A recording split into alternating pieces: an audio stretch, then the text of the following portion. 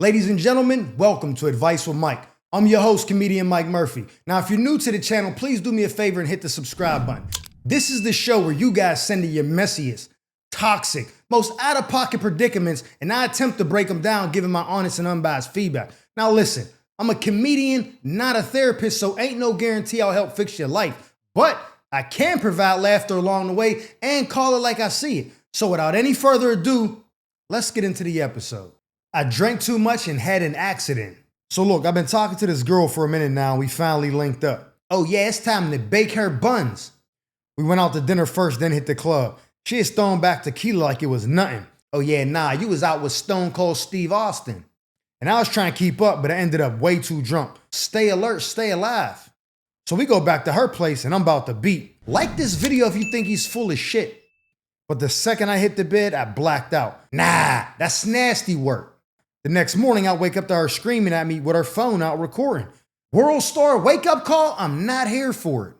I had pissed the bed so bad it ruined her mattress, sheets, everything. Hey, yo, that's the square root of nasty. My clothes were soaked and I was embarrassed as hell. You woke up smelling like a project hallway all while playing an away game. Nah. But instead of handling it like an adult, she just kept cussing me out saying she should post a video on Facebook and blast me to the world. Nah, that's foul play. But low-key, I'm kind of here for it. She had zero sympathy, just laughing and threatened to ruin my life over one bad night. What should I do? Here's my advice. Your first mistake was dating Stone Cold Steve Austin. Any shorty that can outdrink you like that is a dude. You need to check for the Adam's apple. That's nasty work. You done went to the club. She done threw back 37 shots of the Don Julio. You struggling on your fourth one. Vision getting blurry. You like Mr. Krabs in that SpongeBob meme. You like, what's going on, bruh? And she's sitting there smiling. You should have been like, nah, call the Uber. I'm going to the crib. Something's up. I went straight to the hospital and got the blood sample taken. Let's see if I don't got the Rufalin in my system. Something's going on. But you kept trying to keep up with her knowing you had that baby bladder. And then she talking about something, let's go back to my house. Now you think you about to beat. Only thing that's going to be beaten is your heart wondering how fast you can get to the hospital to get an IV because you about to be super dehydrated. You get to the crib, soon as your face hit the silly posturepedic, you're out for the count. And then you urinated all the way down to the box spring, ruining the 750 thread count sheets and her mattress. Now she got the phone out screaming World Star. You going on the net, fam. You're about to go viral. You're about to be a meme. Your Levi's was soaked in the urination. Got her whole bedroom smelling like a project hallway. It's over for you, my boy. You just got to take that one on the chin. You didn't get the buns. She outdrunk you. And now you're on the YouTube getting embarrassed. Like, subscribe, and comment on your video of you pee in the bed. That's crazy. I had a little cousin when I was growing up. We called her Piss Pot. Her name was Stephanie. Every time she came to stay the night, we not sleeping in the bed with her because she's ruining the sheets. My dad would still let her come over every time because that was his niece. I was like, bro, you're putting us all in jeopardy. Nobody want to get the pee running down our leg. And you know when you grow up with a bunch of cousins, it's two at the foot, two at the head. So we in the bed getting soaked by Stephanie. That's how Shorty felt. She probably was laid down next to you, probably pulled the rose out, backed the rose out, put it on the man in the boat. Sound like a barbershop in there. She got off because you couldn't do it. Went to sleep. In the middle of the sleep, she like, oh, it's getting kind of moist. Rolled over, puddle of pee next to her, nasty work. Hey fam, the advice is block her. Apologize. Now, you know what? Let me give you some real man advice. Reimburse her the funds for the sheet set and the mattress. Apologize profusely. Yo, look, you was drinking crazy. You drunk the whole fifth of the Don Julio. I don't know what you on. I can't keep up. I tried to. I blacked out. And now it's nasty work. I apologize. How much is the mattress? How much is the sheets? Go ahead and just Zell her or Cash App the bread to her. Be like, yo, I apologize. I know you don't want to see me no more. Again, I'm sorry. Maybe she'll be like, you know what? Everybody makes mistakes. You replace the mattress and the sheets. I'm going to give you another shot. Next time you go out, drink a little cut water or something. Only one. You already seen that you ain't thorough with the liquor in your system. One little cut water or something. The Jack Daniel and Coke combo to come together. Something like that. Something light. You want to be at like 13% alcohol by volume. That's where you want to be at. Because as soon as you start getting to the 80, it's over for you, my boy. You need some speed limit. Come down to the 40%. You know what I mean? Something like that. Because you're doing too much. But that's my advice to you. Reimburse her for the bed and the sheets. apologize, and then just leave it alone. Unless she says, you know what, second chance for you. But I'm telling you right now, you're on the internet, so stay alert, stay alive. My fiance used to be my homie's jump off. So I just got engaged to my girl of 4 years. She the best woman I ever been with, and I thought I finally found real happiness. Like this video if you think he's full of shit. But recently, I was telling her a story about my homie who I ain't seen in a couple of years because he was locked up. But as soon as I mentioned his nickname, her whole face dropped and I knew something was off. It's probably her pH balance. So she admitted she used to deal with him a long time ago and said he treated her like trash. And you came right along with that Captain Save Him cape on. Caused her a lot of trauma, but the more she explained, the more I realized she was the same girl he used to tell me about. Nah, that's nasty work. He gave you a sloppy seconds and you cleared the plate. He said it was just his jump off. I bet you want to jump off a building, don't you? Nothing serious. He bragged about how he would do the nastiest stuff to her and then kick her out right after. Stay alert, stay alive. Now, every time I look at her, I can't stop thinking about how I used to talk about her. Nah, it sounds like you're fantasizing, and that's super duper nasty work. I'm not here for it. Like she was nothing and how she kept going back to him anyways. It's hard to respect her knowing she allowed all of that, and knowing it was my friend makes it even worse. I don't know how to move forward with this. We engaged and I love her, but now I'm conflicted.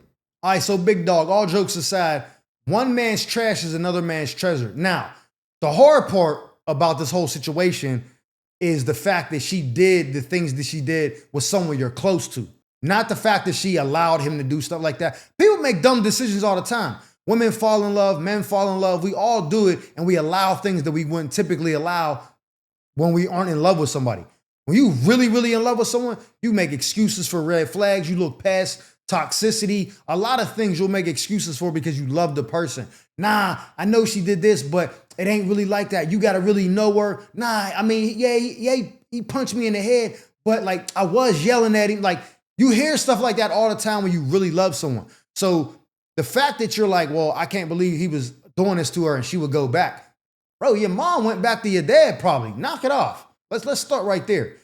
If you got sisters, aunts, whatever, they didn't all went back to a dude who did them crazy. That's the way of the world. That don't make her a dumb person or nothing like that. People make mistakes. People be like, I thought it was this. I thought he would change, whatever. I want to see the good in him. And it didn't happen. Cool, she moved on. Now, the only part you really got to get over is the fact that if this is your homie, right? He home from the feds right now, the state bid, wherever he was at, he home now. So if you're going to be kicking it with him daily, this is going to cause a problem because now he coming to your house. Hey, what's up, Lisa? He thinking about that. Nah, that's crazy, right? You know what I'm saying? So I don't know the relationship you have with your homeboy now. He was gone for a while, you know what I'm saying? And based off of what I'm reading, he couldn't have been that close of a friend to you that she didn't even know this dude until you said the nickname in the story. Maybe you told her stories about him before, but maybe you said his real name or something. Or maybe in this conversation, you said a nickname that like everyone knows now, but maybe you just called him, yo, yeah, Keith. Now you like Pookie. She like, Pookie Loke, huh?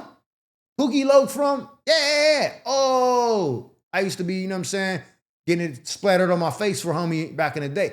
Whatever. So unless you gonna be kicking it with homie all the time, he gonna be in the crib around wifey, you really shouldn't have no problems. You know what I'm saying? You might just have to let it go. You've been with her for 4 years. She make you happy. You love her. You just proposed. You already got the ring. You just gonna have to put your ego to the side, bro. And I'm gonna keep it a buck. In the black community, that's the hardest thing for us to do. White dudes be like, I don't care, man. Yeah, she was with Tom first, but I fucking love her. You know what I mean? Like, it's different for them. You know what I'm saying? So for us, we be like, nah, you text him one time? Nah, I'm done with you.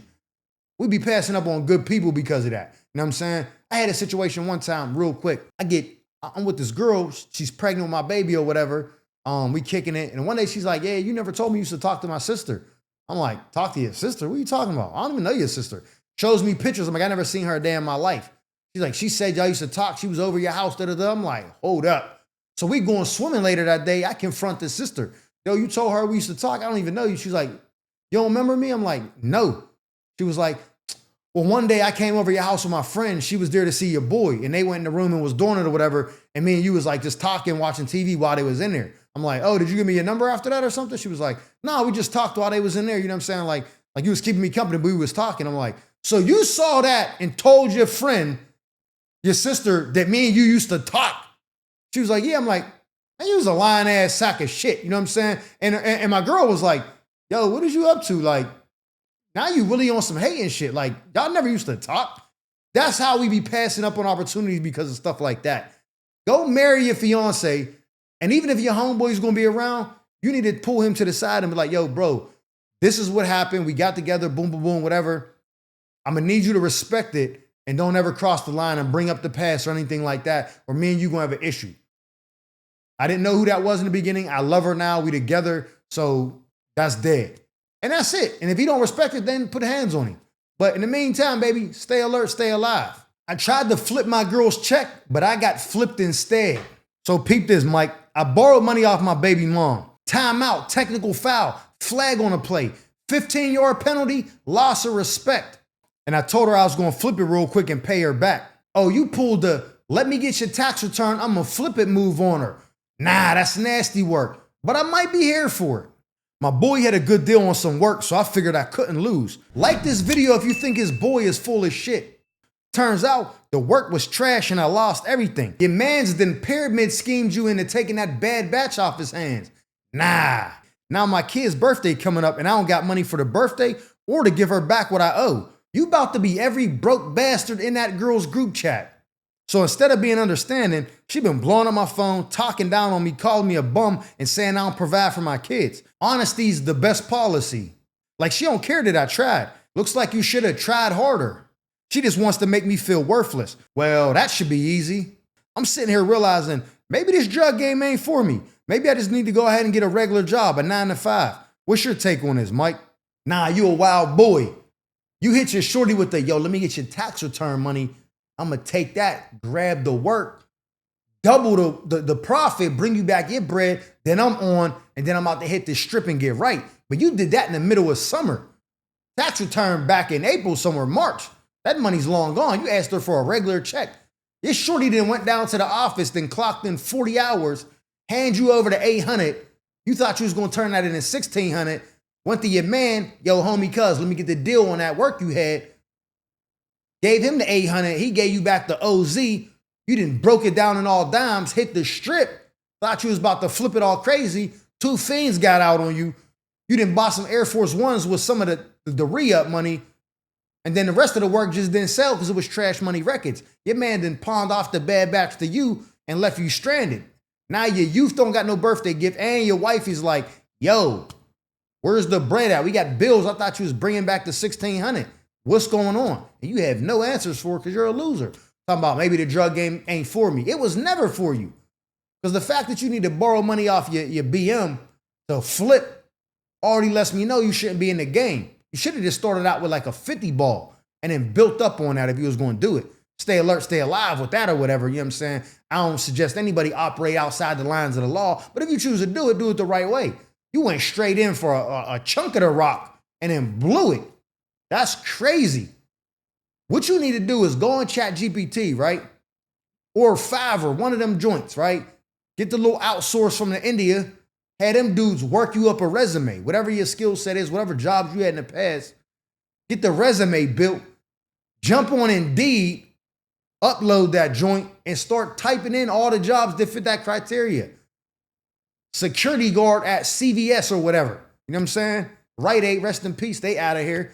Could have been one of them joints. Go do some low-level high school diploma or high school diploma equivalency is like the minimum you need. Like, yeah, you got a diploma? Yeah, we'll take you. Go work at the Waffle House or something. Go get a job, fam. Because the block is not going to do nothing for you. Will put you in a cage or a box. And your BM is going to be getting her box blown out while you locked up because some rich dude who didn't figure out the game is coming through spending bands on her and your baby. Now you coming home like Lorenz Tate and Dead Presidents and Cuddy all in your spot. Somebody got to do it. You know what I'm saying? Slid her the 100 ball while baby girl was sleeping in the back. That was I would have had to spray up the whip in the movie. That's off topic, whatever. But that's what's going to happen to you if you keep trying to stay in the game. You're not cut out for it. Go get a job, my man. And if you do go out there and try to do another flip or whatever, stay alert, stay alive. Ladies and gentlemen, that concludes this episode of Advice with Mike. I'm your host, comedian Mike Murphy. I hope you guys enjoyed me as much as I enjoyed you. And if so, do me a favor and hit that subscribe button. Like this video. Matter of fact, Leave me a comment telling me what advice you would have gave them. And who knows, maybe you got your own toxic tale to tell about a shady friend or an entanglement you need help untangling. If so, feel free to drop me a letter at the email provided below, and I'll make sure I read it in a future segment of Advice with Mike. Now, with that being said, our time together has come to an end. But just remember, stay alert, stay alive.